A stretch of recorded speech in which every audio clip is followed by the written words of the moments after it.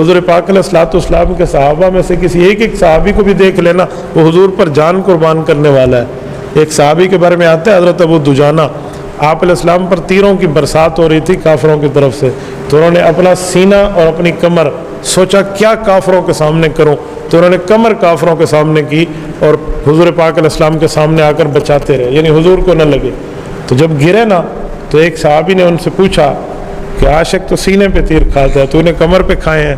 اس نے کہا بات تو آپ کی ٹھیک ہے، لیکن اس موقع پہ اگر میں کافروں کی طرف سینہ کرتا تو کمر میرے نبی کو ہو جاتی، میں پیٹھ اپنے نبی کو برداشت نہیں کرتا۔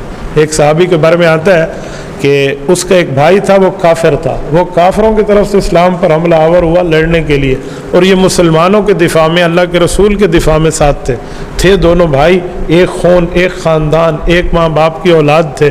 تو جب کافر بھائی کو صحابہ کرام نے پکڑنا چاہا نا، اس کو رسیاں باندھی جا رہی تھی، وہ جنگی قیدی بن رہا تھا، تو اس نے اپنی پیار والی آنکھوں میں ایسے دیکھتے ہوئے نا اپنے بڑے بھائی جو مسلمان تھا اس کو آنکھوں میں دیکھ کر نظروں میں سوال کیا کہ یار ہم بھائی ہیں، میرے لیے تو کچھ نرمی کر دے۔ یہ خاموش رہے، آخر وہ منہ سے بول اٹھا، اپنے دوستوں، اپنے گرفتار کرنے والوں کو کہنے لگا کہ مجھے نہ پکڑو، میں تمہارے اس دوست کا بھائی ہوں۔ تو ان پکڑنے والوں نے اسے دیکھا نا جو صحابی مسلمان تھے، تو انہوں نے اپنے ان پکڑنے والے ساتھیوں کو کہا کہ اس کی رسی زور سے باندھو، یہ رسول اللہ کا دشمن ہے، اس کو زور سے باندھو اور اس کو پکڑ کے رکھو۔ دو باتیں ہوں گی، یا بدلہ لیں گے یا فدیہ لیں گے، اور اگر فدیہ آئے گا تو اسلام اور حضور کی ذات پہ خرچ ہوگا۔ اس کی ماں بڑی پیسے والی ہے، اس کی ماں اور اس کا خاندان پیسے والا ہے، برگر فیملی سے ریلیٹڈ ہے، اس کو پکڑ لیں۔ تو اس نے بول کر کہا عجیب ہے، یہی بھائی چارہ ہے، یہی بھائی چارہ ہے، میں آپ کا بھائی نہیں ہوں؟ تو انہیں بھائی گیری بھی ختم کر دی۔ تو اس صحابی نے ایک تاریخی جملہ بولا، انہوں نے کہا انما المؤمن اخو المؤمن، بھائی گیری کا معنی اللہ کے دین اور ایمان کو معیار بنایا گیا ہے۔ آپ نبی اور دین کے دشمن ہیں، اب کیا بھائی چارہ رہا؟ بھائی تو نہیں ہے، بھائی یہ ہیں جو تجھے باندھ رہے ہیں۔ ایسے لوگ تھے۔ اس طرح کے لوگوں کے بارے میں اس طرح کی لب کشائی، یہ بندے کے ایمان سے ہاتھ دھو بیٹھنے کی طرف اشارہ ہے۔ ایک صحابی رسول کے بارے میں آتا ہے، وہ رسول اللہ صلی اللہ علیہ وآلہ وسلم کی خدمت میں بیٹھتے تھے اور کھیتی باڑی کے لیے جاتے۔ جب اللہ کے رسول صلی اللہ علیہ وسلم کی وفات کا وقت تھا تو 1-2 دن پہلے اجازت لے کر گئے تھے، انہیں کیا پتہ کہ تقدیر نے کیا فیصلہ کر لیا۔ کھیتی باڑی کر رہے تھے تو کسی نے آ کر رسول اللہ صلی اللہ علیہ وسلم کے دنیا سے جانے کی ایک جاں بلب خبر سنائی، تو اس نے اس وقت دعا کی کہ میرے مولا میں آپ کی کسی نعمت پہ ناشکرہ نہیں ہوں، اللہ میں آپ کی نعمتوں پہ ضرور شکر گزار ہوں، لیکن میرے اللہ میں اب ان آنکھوں سے کسے دیکھوں گا مدینہ جا کر؟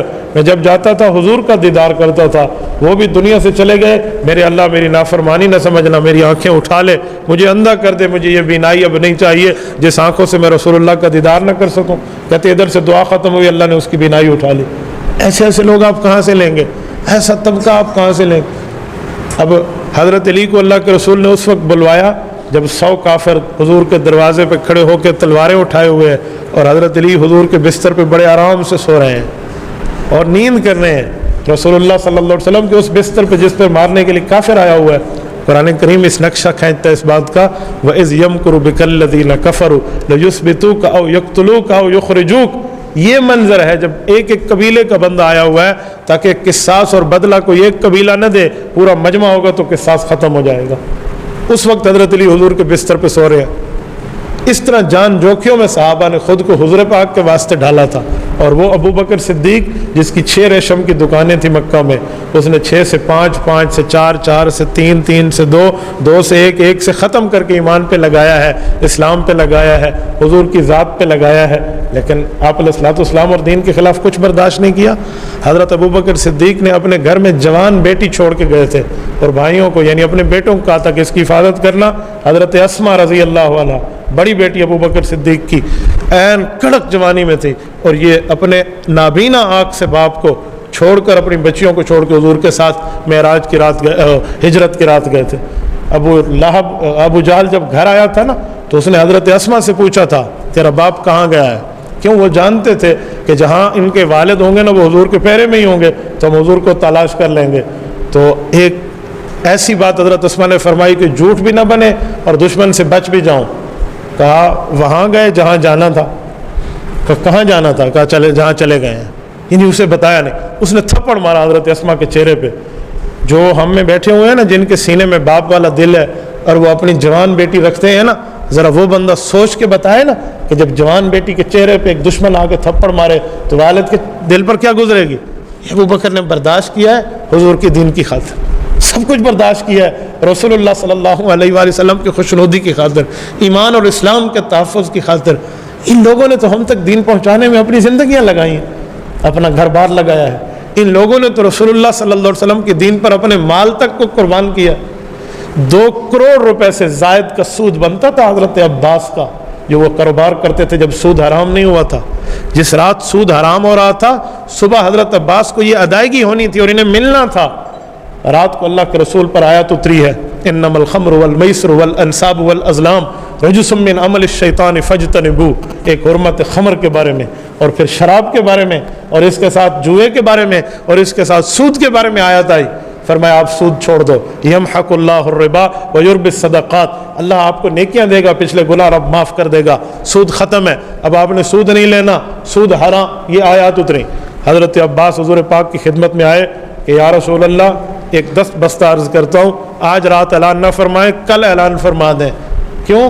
اتنے کروڑوں ریال کا جو برابر کا سود بستہ ہے اتنا مجھے مل رہا ہے, یہ مجھے مل گیا تو میں 1 روپیہ استعمال نہیں کروں گا, اسلام پہ لگاؤں گا, لیکن اعلان میں تھوڑی سی نرمی, تھوڑی سی تاخیر فرما لیں.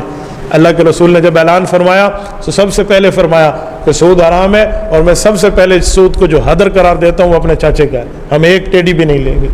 ان کروڑوں روپے کا آج سے 1400 سال پہلے اپنے مال کو اسلام کی خاطر قربان کیا. اور جب شراب حرام ہوئی تھی اس وقت صحابہ کرام نے شراب کو یوں گلیوں میں بہا دیا تھا. وہ کہتے تھے مہینوں بعد بھی بارش ہوتی تو شراب کی بو اٹھ پڑتی تھی, پھوٹ پڑتی تھی. یعنی کبھی آپ ایسے نہیں دیکھیں گے آقا نامدار حکم کریں اور یہ لوگ مانے نہیں. عبداللہ ابن مسعود رضی اللہ عنہ جیسے شخص حضور پاک کی مجلس میں آئے, اللہ کے رسول صلی اللہ علیہ وسلم اس وقت فرما رہے تھے بیٹھ جاؤ. ابن مسعود مخاطب نہیں تھے, وہ تو بہت پیچھے تھے, دور تھے, لیکن ان کے کان میں یہ لفظ ہے نا بیٹھ جاؤ, تو حضرت عبداللہ بن مسعود بیٹھ گئے. کمرے کے 1 پاؤں اندر تھا, 1 پاؤں باہر تھا. حضور علیہ السلام کی توجہ دلائی کہ فرمایا عبداللہ اندر آ جاؤ. کہ یا رسول اللہ جب آپ نے فرمایا میں بیٹھ جاؤ, میرے دل نے گوارا نہیں کیا, میں 1 قدم بھی آگے بڑھوں, 1 قدم بھی آگے بڑھوں. حضور علیہ السلام کی خدمت میں ایک بادشاہ کا شہزادہ آیا تو وہ حالت ایمان کے ساتھ آیا اور اس نے آ کر اللہ کے رسول کو عرض کیا کہ آپ اپنے ساتھ میرے ساتھ ایک خادم دیں جو میں اس کو کچھ تحفے تحائف آپ کے لیے دوں. حضور علیہ السلام نے یوں اشارہ فرمایا کہ یہ بندہ آپ کے ساتھ جائے گا. اسی طرف سے اشارہ فرمایا, اتفاق سے وہ صحابی حضرت معاویہ بن ابی سفیان ہے رضی اللہ عنہ, اسی طرف سے گئے. اور اس شہزادے نے تو حضرت معاویہ کو اپنے ساتھ سواری پہ نہیں بٹھایا کیونکہ وہ سمجھتا تھے تو نوکر ہے, یہ تو خادم ہے, میں بادشاہ زادہ ہوں. تو یہ تپتی ہوئی ریت پر پیدل گئے ہیں.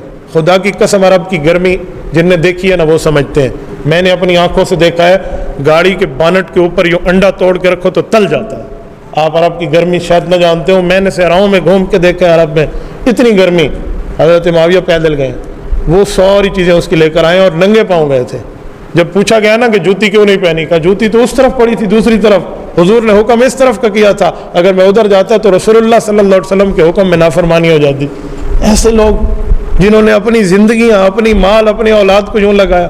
ابو بکر صدیق رضی اللہ عنہ کے بیٹے بعد میں مسلمان ہوئے ہیں, پہلے کافر تھے. جنگ بدر میں ابو بکر کے مقابلے میں بیٹا آیا اور بیٹا جوان تھا, والد قدرے بوڑھے تھے, تو بیٹے نے اٹھا کے پٹخ دیا باپ کو کمر کے ساتھ, نیچے گرا دیا. اور ابو بکر صدیق کے بیٹے حضور ابو بکر کے سینے پر بیٹھ گئے اور خنجر ان کے سینے پہ مارنے لگے. تو چہرے کو دیکھتے ہوئے ایک بات یاد آئی کہ یار یہ تو وہی سینہ ہے جس پر تو پل کے جوان ہوا ہے, اس پر تو کھیلتا تھا, تیرا باپ تجھے کندھوں پہ اٹھاتا تھا, تو چھوڑ یار کسی اور مار دینا. یوں کہہ کے اٹھ گئے. ایک وقت آیا جب ابو بکر صدیق کے بیٹے مسلمان ہوئے, صحابی بنے اور اچھا اسلام پایا, رسول اللہ صلی اللہ علیہ وسلم کے قریبی لوگوں میں شمار ہوئے. اور ایک دن باپ بیٹا بیٹھے تھے تو باتوں باتوں میں بیٹے نے ابو کو یہ بات یاد دلائی. ابو بکر صدیق کہا ابو وہ وقت یاد ہے؟ حضرت صدیق اکبر نے اس بات کو چھپاتے ہوئے کہا کون سا وقت, حالانکہ بالکل یاد تھا یہ بات کیا کر رہا ہے. کہا ابو وہ وقت, کا تھوڑا بتاؤ گے؟ تو بدر میں جب میں نے آپ کو چاروں شانے چت گرا دیا اور آپ کے سینے پر بیٹھ کے آپ کو مارنے لگا تھا. تو کہا جی مجھے یاد ہے. تو چھوڑ کیوں دیا تھا؟ میں نے کہا میرے ابو ہیں, مارنے کے لیے دنیا میں کوئی اور تو ہے, میں نے آپ کو چھوڑ دیا تھا. اور بیٹا تو نے چھوڑ دیا تھا, اگر میری جگہ تیری جگہ میں ہوتا نا اور تو اسلام کے مقابلے میں ایسے آیا تھا اور میری پکڑ میں آتا تو آج تیری گردن تیرے تن پہ سلامت نہ ہوتی۔ یہ ابو بکر صدیق جس کی نرمی دنیا میں مشہور ہے، یہ ابو بکر صدیق، اندازہ لگا انہوں نے یوں اپنی جان مال وقت کو لگایا۔ تبوک کے موقع پہ صحابہ کے پاس اس وقت خرچ کرنے کے لیے کچھ نہیں تھا، 1000 کلومیٹر کا پیدل سفر تھا، ان صحابہ نے جانا ہے۔ تبوک 900-950 کلومیٹر مدینہ پاک سے سفر ہے ایک طرف سے۔ یہ رسول اللہ صلی اللہ علیہ وسلم کے بڑھاپے کی آخری غزوہ اور جنگ ہے جس میں اللہ کے رسول کے داڑھی مبارک کے 15 سے زائد بال سفید تھے۔ اس موقع پر جب مال کی ضرورت تھی تو حضرت عثمان نے اپنے بزنس پارٹنر سے وہ مال منگوانا تھا تو انہوں نے پہلے ہی منگوا لیا، اور 300 اونٹ حضرت عثمان نے مال سے لدے ہوئے رسول اللہ صلی اللہ علیہ وسلم کی خدمت میں پیش کیے، اور سونے اور چاندی کے ڈھیر لگا دیے حضور پاک کے سامنے۔ اللہ کے رسول صلی اللہ علیہ وسلم عثمان کو دعا دی، اور اس مال کو حضور علیہ السلام یوں بائیں ہاتھ مبارک سے دائیں ہاتھ مبارک پہ پھیر کے فرماتے ما ذر عثمان بعد ھذا اليوم، میرا اللہ مجھ سے وعدہ کر رہا ہے کہ عثمان نے آج اتنی بڑی نیکی کی ہے، اس جیسی نیکی کوئی بھی نہیں کر سکتا، اور عثمان کو اس نیکی سے اللہ اتنا فائدہ دے گا کہ کوئی گناہ بھی ہو گیا تو اسے نقصان نہیں دے گا۔ ان لوگوں نے اتنی اپنی جانیں لگائی ہیں، اتنا اپنا مال، اتنا اپنا وقت، اتنے اپنے معاملات لگائے ہیں۔ سعد بن ربیع ایک صحابی ہیں، جب شہید ہونے لگے تھے تو حضرت عمر رضی اللہ عنہ کو پیغام بھجوایا تھا کہ عمر ایمان لانے میں آپ پہل لائے تھے لیکن جنت جانے میں ہم نے پہل کی ہے۔